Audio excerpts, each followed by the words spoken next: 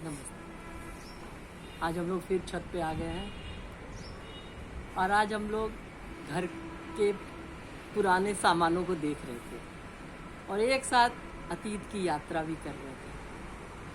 बहुत सारे सामान हैं जो आपके अतीत की सुनहरी यादों के साथ जुड़े रहते हैं।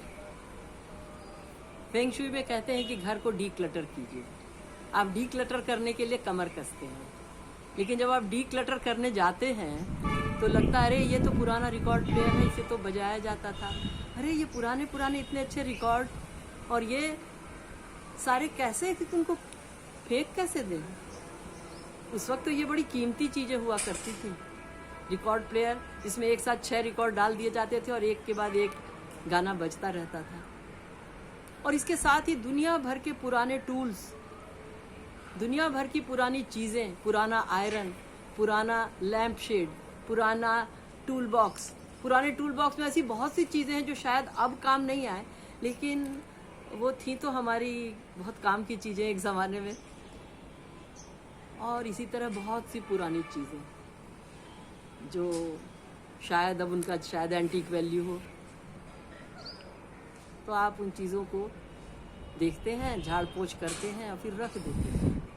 सोचते हैं फिर कभी, अभी निर्णय नहीं ले पाते हैं और ये अनिर्णय की स्थिति जले कब तक, अगले अनिर्णय की स्थिति तक टलती रहती है।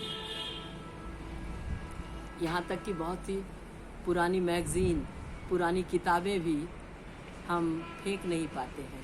अरे इसमें तो बड़ा अच्छा आर्टिकल आया था, ये किताब तो मेरी बड़ी प्यारी किताब थी। हालांकि इस किताब को आप पढ़ चुके हैं, लेकिन उसे बिल्कुल अपने बुक शेल्फ से बाहर करना आपको समझ में नहीं आता है। इसको कैसे करें, सब लोगों का दबाव रहता है कि इन्हें हटा दो, इन्हें हटा दो।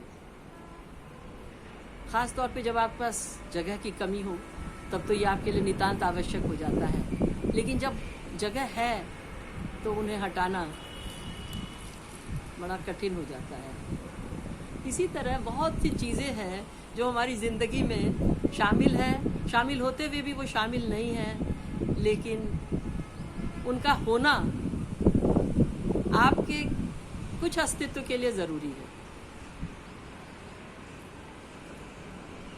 एक साथ बहुत सारी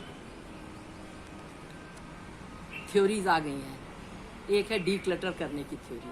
आप सामान को हटा दीजिए। यहाँ तक कि मकानों के प्रति भी जो भावनात्मक रिश्ता होता है उसके लिए भी कहा जाता है कि you can sell your house and keep your memories.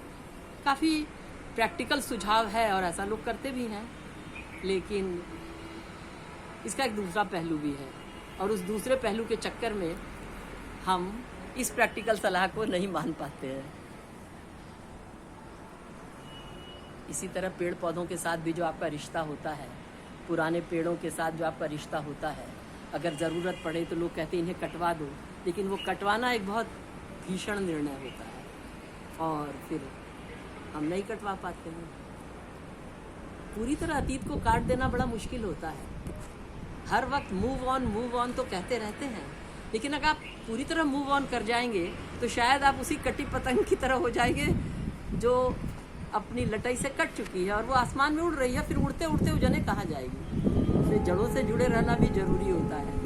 कभी कभी हम अपनी भावनाओं के साथ जुड़े रहते हैं जड़ों से, और कभी कभी कुछ चीज़ें भी हमें जड़ों से जुड़ी रहने में मदद करती हैं। जो पुराने फोटोग्राफ्स होते हैं, जो बच्चों के छोटे कपड़े होते हैं जब वो जिन्हें हम संभाल के रखे रहते हैं, उनसे अलग हो जाना समझ में नहीं आता है।